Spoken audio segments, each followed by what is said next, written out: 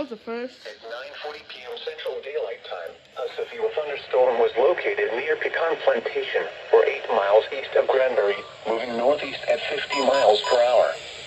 Hazard: Good thing I caught that. hail. Source: radar. This could be a doubleheader.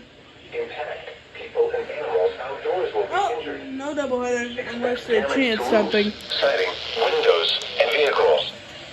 Locations impacted include Mansfield, Burleson, Cleburne, Keene, Joshua, Alvarado, Venus, Godley, Cross Timber, Cleburne State Park, Lake at Cleburne, Rio Vista, Crescent, Winter Oaks, Coyote Flats, San Fled, Eagle and Lillian. This includes Interstate 35W between mile markers 18 and 37. For your protection, get inside a sturdy structure and stay away from windows. This storm has a history of producing large hail. Seek shelter now inside a sturdy structure and stay away from windows.